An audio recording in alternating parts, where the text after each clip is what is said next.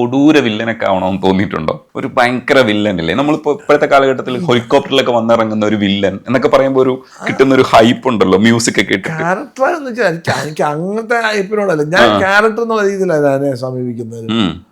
അങ്ങനത്തെ ഒരു സാധനമായിട്ടൊക്കെ ഒരു ഹീമാൻ അത് ചെയ്യാം. അതല്ല ഞാൻ പറഞ്ഞു. അതിനകത്തൊരു ഈ മാനുഷിക പരിഗണന വെച്ചും മെന്റലി നമ്മൾ അങ്ങനെ ആസ്വദിക്കുന്നുണ്ടോ എന്ന് ചോദിച്ചാലേ അങ്ങനെ വില്ലനല്ലല്ലോ. ക്യാരക്ടറിന് വേണ്ടിയിട്ട് നമ്മൾ ചെയ്യുമ്പോൾ അതിൻ്റെ ഒരു സത്യസന്ധതയാണ്. ഇപ്പോൾ ഒരു വില്ലനായിട്ട് അയാളെന്തിനാണ് വരുന്നത്? അയാളുടെ വില്ലത്തിൻ്റെ കാര്യം എന്താ? അയാളുടെ ഇൻറ്റൻഷൻ എന്താ? ഇവിടെ മുഴുവൻ ലൂട്ട് ചെയ്യുക, അപ്പോൾ അതിൻ്റെ ആസ്വാദനം ഇത് നമ്മൾ മനസ്സിലാക്കി വിചാരിക്കും. ഞാനങ്ങനെയാണ്. അല്ലാതെ അയാൾ വില്ല ഇങ്ങനെ വയ്ക്കണമെന്നല്ല.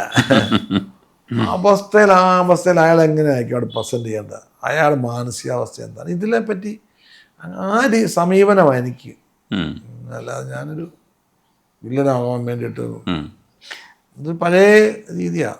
ഇപ്പം നമ്മൾ പ്രൊഡക്ഷനിൽ ഇടപെടുന്ന നായകന്മാരും അല്ലെങ്കിൽ പ്രൊഡക്ഷൻ കമ്പനി തന്നെ നടത്തിയിട്ട് സിനിമയെ നമ്മൾക്കനുസരിച്ച് മുൻപോട്ട് കൊണ്ടുപോകാൻ ആഗ്രഹിക്കുന്ന കഥാപാത്രങ്ങൾ ചെയ്യാൻ വേണ്ടിയിട്ടും അത്തരത്തിൽ ഇടപെടൽ എന്ന് പറയാൻ മോശമായിട്ടല്ല, ഒരു പ്രൊഡക്ഷൻ യൂണിറ്റ് തന്നെ നമുക്ക് അനുഗുണമായിട്ടുള്ള കഥാപാത്രങ്ങളെയോ അല്ലെങ്കിൽ വ്യവസായത്തിന് അനുഗുണമാണെന്ന് നമുക്ക് തോന്നുന്ന അവസ്ഥയിലൊക്കെ നയിക്കാൻ ശ്രമിക്കുന്ന ഒരു പ്രൊഡക്ഷൻ യൂണിറ്റുകളാണ് ഇപ്പോൾ പലതും. അത് നായകന്മാരാണെങ്കിലും അങ്ങനെയൊക്കെ തന്നെയാണ്, പ്രൊഡക്ഷൻ യൂണിറ്റ് ആയിട്ടാണ് പോകുന്നത്. ഇവിടെയാണെങ്കിൽ ശരിക്കും നാടകം ഉണ്ടായിരുന്നു, എഴുത്തുണ്ടായിരുന്നു.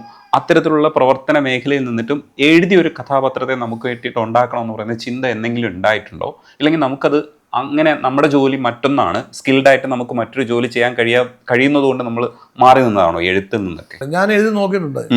പെട്ടെന്ന് അച്ഛനോട് കമ്പയർ ചെയ്യുന്ന അച്ഛൻ്റെ അതൊരു ഭയങ്കര കുഴപ്പം തന്നെയാണ്. അതുകൊണ്ട് ഞാൻ ആ മേഖലയിലേക്ക് വലുതായിട്ട് ഇറങ്ങാൻ ഉള്ള ബുദ്ധിമുട്ടതാണ്. ഞാൻ അച്ഛൻ മരിച്ചു കഴിഞ്ഞപ്പം എന്നോട് മറ്റേ മലയാളം വീക്കിലിയിൽ അറിയപ്പെടുന്ന അച്ഛന്മാരെ പറ്റി അറിയപ്പെടുന്ന മക്കൾ എഴുതുന്നു പറഞ്ഞൊരു ചെറിയ 5 പേജ് കവിയാതെ ഒരു ലേഖനം എഴുതരാൻ പറഞ്ഞു. ഞാൻ ആദ്യം എഴുതാതൊക്കെ ജയചന്ദ്രൻ സാറാണ് എന്ന് പറഞ്ഞു എന്നോട്, മലയാളം വീക്കിൽ. ഞാൻ എഴുതാതെ ഇങ്ങനെ പിന്നെ എഴുതിയില്ല മോശം. ഞാനാണ് ജീവിതത്തിൽ അങ്ങനെ എഴുതിയിട്ടില്ല. അവസാനം ഞാൻ എഴുതാൻ എഴുതാൻ തുടങ്ങി. എൻ്റെ അമ്മോ, ഇത്രയും വിഷമം പിടിച്ച പണി ഭയങ്കര. എന്നുവെച്ചാൽ എഴുത്ത് ഞാൻ എഴുതുമ്പോൾ അത് വായനക്കാരൻ ഒരു കഥയെന്ന് വെച്ചാൽ അതിപ്പം നിങ്ങൾ വളരെ ഫ്രീ ആയിട്ടിരിക്കുമ്പം നിങ്ങൾ വായിക്കുന്നു, നിങ്ങളുടെ ഭാര്യയായിട്ട് വഴക്കുണ്ടാക്കിയിട്ട് അല്ലെ കുടുംബമായിട്ട് വഴക്കുണ്ടാക്കിയിട്ട് ഇന്ന് വായിക്കുന്നു, അല്ല നിങ്ങൾ കക്കൂസ് ചെയ്തുകൊണ്ട് ഫ്രീ ആയിട്ട് വായിക്കുമ്പോൾ, അല്ലെ ഉറങ്ങാൻ നേരത്ത് നിന്ന് ഉറങ്ങിയാൽ ഇത് വായിച്ച് 4 പേജ് വായിച്ച് ഉറങ്ങി എന്നൊരു കണ്ടീഷൻ വായിക്കും. ഇതൊക്കെ ഒരാൾ തന്നെ വായിക്കുമ്പോൾ തന്നെ വ്യത്യസ്തമായ മാനസികാവസ്ഥയിലാണ് വായിക്കുന്നത്. അപ്പം വേറെ ഓരോ പ്രേക്ഷകനും വായിക്കുന്ന ഏതൊക്കെ രീതിയിലായിരിക്കും, അവരെല്ലാവർക്കും കൺവേ ചെയ്യത്തക്ക രീതിയിലായിരിക്കണം അതിൻ്റെ പ്രയോഗ രീതികൾ.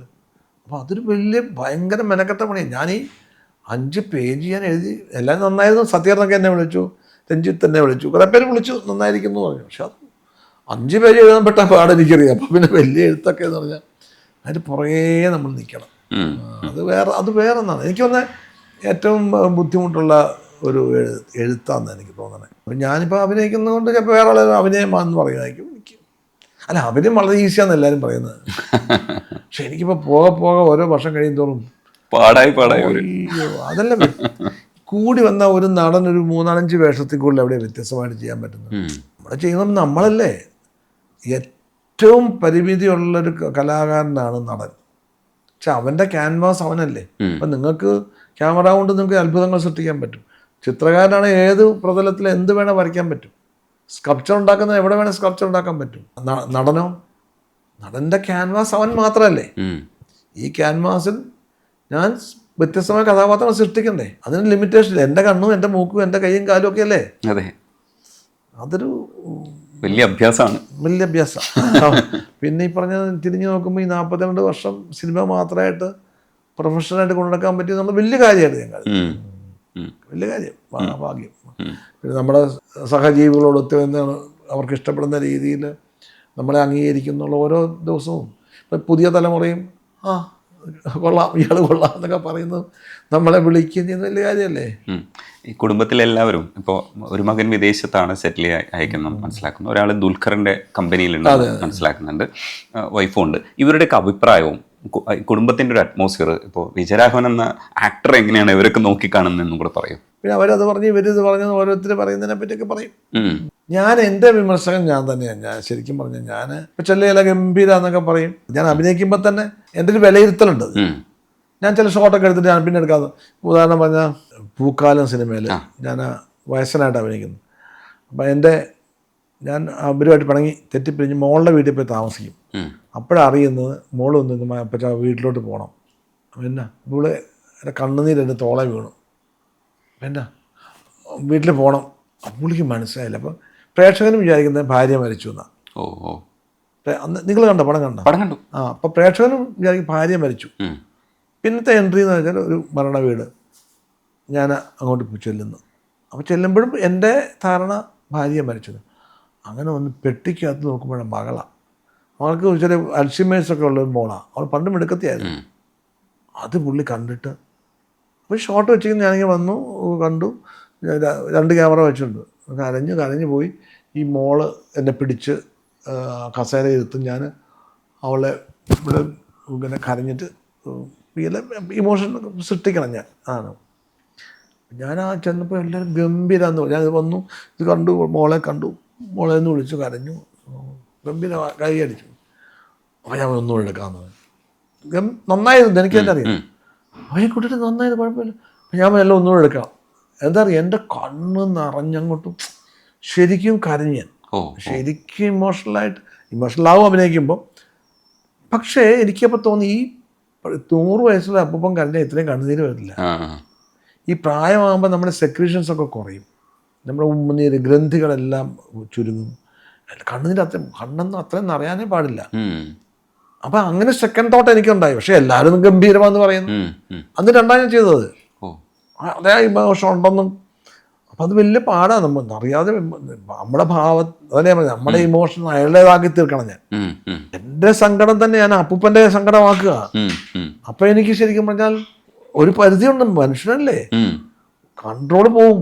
നമ്മുടെ ഗ്രന്ഥികളൊക്കെ മുഴുവൻ നമ്മുടെ നിയന്ത്രണത്തിലല്ലോ. അപ്പം രണ്ടാമത് ഞാൻ അത് അങ്ങനെ ചെയ്തു ഞാൻ. അപ്പം അത് ഞാൻ എന്നെപ്പറ്റി പിന്നീട് ഞാൻ ചെയ്തപ്പോൾ അപ്പം എനിക്ക് ചെയ്തപ്പോൾ എനിക്ക് ഒരു സുഖം. മറ്റൊന്നും കുഴപ്പമില്ല, മറ്റൊരു പ്രേക്ഷകൻ കണ്ട ഒരു കുഴപ്പമുള്ള കാര്യമൊന്നും അല്ലത്.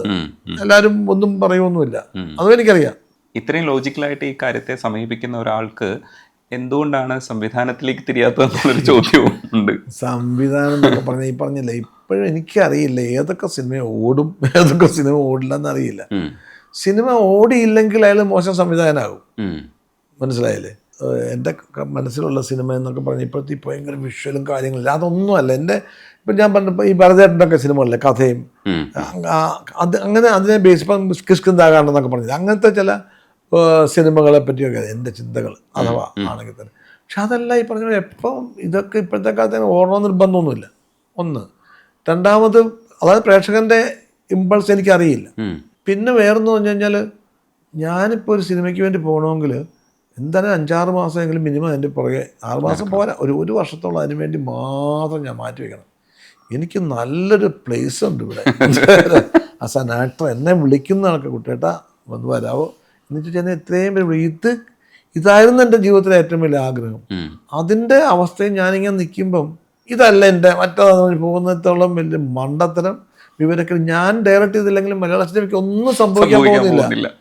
പക്ഷേ മലയാള സിനിമയ്ക്ക് ഞാൻ അഭിനയിക്കേണ്ട ചില കാര്യങ്ങളുണ്ട്, ചില ക്യാരക്ടേഴ്സ് എനിക്ക് വേണ്ടിയുണ്ട്, എനിക്കറിയാം, അതെനിക്ക് ഫീൽ ചെയ്യുന്നുണ്ട്. നമ്മളിങ്ങനെ നിൽക്കുന്നത് പറയില്ലേ, അപ്പം എവിടെയൊക്കെയോ ഇനിയും ഒരു അംഗത്തിന് ബാല്യം ഉണ്ടെന്ന് പറഞ്ഞ പോലെ എവിടെയൊക്കെയോ നമുക്ക് ചെയ്യാൻ പറ്റുന്ന ക്യാരക്ടേഴ്സ് ഉണ്ടാവും. പക്ഷേ ഞാൻ സിനിമ ചെയ്തില്ലെങ്കിൽ മലയാള സിനിമയ്ക്ക് പറഞ്ഞ പ്രശ്നമില്ല, ഞാൻ അഭിനയിച്ചില്ലെങ്കിലും സംഭവിക്കാൻ പോകുന്നില്ല കേട്ടോ. പക്ഷെ എനിക്ക് കുറച്ചും കൂടെ ഒക്കെ അഭിനയിക്കണമെന്ന് വേറൊന്നും അല്ല ഈ പറഞ്ഞത്. എനിക്ക് വേറെ ഒരു പണി അറിയാനും മേല. ഇപ്പം ഡയറക്ഷൻ എന്ന് പറഞ്ഞാൽ ഒരുപാട് സിനിമകൾ ചെയ്തുകൊണ്ട് എനിക്ക് ചെയ്യാം, അത് വേറൊരു കാര്യം. പക്ഷെ ഞാൻ ആസ്വദിക്കുന്നത്, അഭിനയിക്കുമ്പോൾ ഞാൻ ആസ്വദിക്കുന്ന ഒരു എൻ്റെ സുഖമുണ്ട്. ഒരു കഥാർസിസ് എന്ന് പറയില്ലേ, കഥാർസിസ്, വികാര വിരേചന എന്ന് വേണേൽ പറയാൻ. അങ്ങനെ മലയാള വാക്കില്ലെന്ന് തോന്നുന്നത് അങ്ങനെയാണ്. പക്ഷേ അതിൻ്റെ ഒരു സുഖമുണ്ടല്ലോ. അപ്പം ഞാനൊന്ന് പൊട്ടിക്കരയുമ്പം ഞാൻ അനുഭവിക്കുന്നൊരു റിലാക്സ് ചെയ്യും അല്ലേ. നമ്മളൊന്ന് പൊട്ടിക്കരഞ്ഞെങ്കിൽ എന്ന് പറഞ്ഞാൽ ചിലപ്പോൾ ചിലർക്ക് അഭിനയിച്ച് കഴിയുമ്പോൾ നമുക്കൊരു റിലാക്സേഷൻ ഉണ്ട്. ആ സീനൊന്ന് എടുത്തു കഴിയുമ്പോൾ അത് നമ്മളങ്ങനെ സുഖമാകും. അത് കഴിയുമ്പോൾ ഒരു ചായ കുടിക്കാം എന്നൊക്കെ പറഞ്ഞു കഴിഞ്ഞാൽ അങ്ങനെ ഒരു സുഖാകലുണ്ട്. അതും ഇതിനകത്ത് ഭാഗമാണ്. നമ്മുടെ ഒരു പേഴ്സൺ ആ ക്യാരക്ടറിൽ കൂടെ നമുക്ക് ചില ഇമോഷൻസിനെ പിന്നെ അതെല്ലാം എന്ത് ഭാഗ്യ ഈ ഒരു ജോലി. എനിക്ക് എന്തൊക്കെ ആകാം ജീവിതത്തിൽ. ഞാൻ എല്ലാം എനിക്ക് എന്തുവേണാവരുത്. രാജാവാകാം, കള്ളനാവാം, പ്രജയാകാം, പോലീസാകാം, തല്ലാം, കൊല്ലാം, ബലാത്സംഗം ചെയ്യാൻ. ജീവിതത്തിൽ പറ്റാത്ത ഒന്നുമില്ല. അതെല്ലാം സിനിമ ചെയ്യാം. ജീവിതത്തിൽ ഇത് വല്ലതും പറ്റുമോ? ചെയ്യാനും പാടില്ല. പാടില്ല. അതന്നെ അല്ല എന്തും ആവാം. പക്ഷെ എക്സ്പെക്ട് ചെയ്യുന്ന ഒരു ക്യാരക്ടർ എന്ന് പറഞ്ഞിട്ട് ഒരു സാധനം ഉണ്ടോ സ്ക്രിപ്റ്റ് വായിക്കില്ല? ഇല്ല. എന്നോട് പലരും ചോദിക്കാറുണ്ട്. അങ്ങനെയില്ല. എനിക്ക് അങ്ങനത്തെ ഒരു അങ്ങനെ എനിക്ക് ഈ പറഞ്ഞ പ്രായമുള്ള ക്യാരക്ടർ ചെയ്യണമെന്ന് ആഗ്രഹം ഉണ്ടായിരുന്നു. അത് ഈ പൂക്കാലം ചെയ്തപ്പം അതേ എനിക്ക് തോന്നിയത് പ്രായമുള്ള ക്യാരക്ടർ. അത് ഇന്ന പോലെ വേണമെന്നില്ലായിരുന്നു. അതിൻ്റെ ഓരോ ആ കഥാപാത്രത്തെ പറ്റി. ഇപ്പം വേറൊരു 100 വയസ്സുള്ള ക്യാരക്ടർ വേറെ ചെയ്യാം. അത് വേറൊന്നായിരിക്കും. അത് വേറൊരു കഥാപാത്രം ആയിരിക്കണം. ആ മറ്റേതിനകത്ത് ചോയി എന്ന് പറഞ്ഞ ആൾ എവിടെ ജനിച്ച് എങ്ങനെ വളർന്നു, എങ്ങനെ അതിനൊരു ഇതുണ്ടല്ലോ അയാളുടെ വളർച്ച. അത് നമ്മൾ കണ്ടിട്ടായിരിക്കും അത് ഡിസൈൻ ചെയ്യുന്നത്. അങ്ങനെ മറ്റൊരു കഥ 100 വയസ്സുള്ള ഒരാളെ വേറെ രീതിയിൽ ഡിസൈൻ ചെയ്യാവുന്നൊരു അങ്ങനത്തെ ഒരു പെർസ്പെക്റ്റീവ് ഉണ്ടാകണം കഥാപാത്രത്തിന്. അങ്ങനെ ചെയ്യാം. അങ്ങനത്തെയൊക്കെ ചില കാര്യങ്ങളൊക്കെ വന്നു ചേരും. വന്ന് ചേരാം. ചേരണം. ചേർന്നേ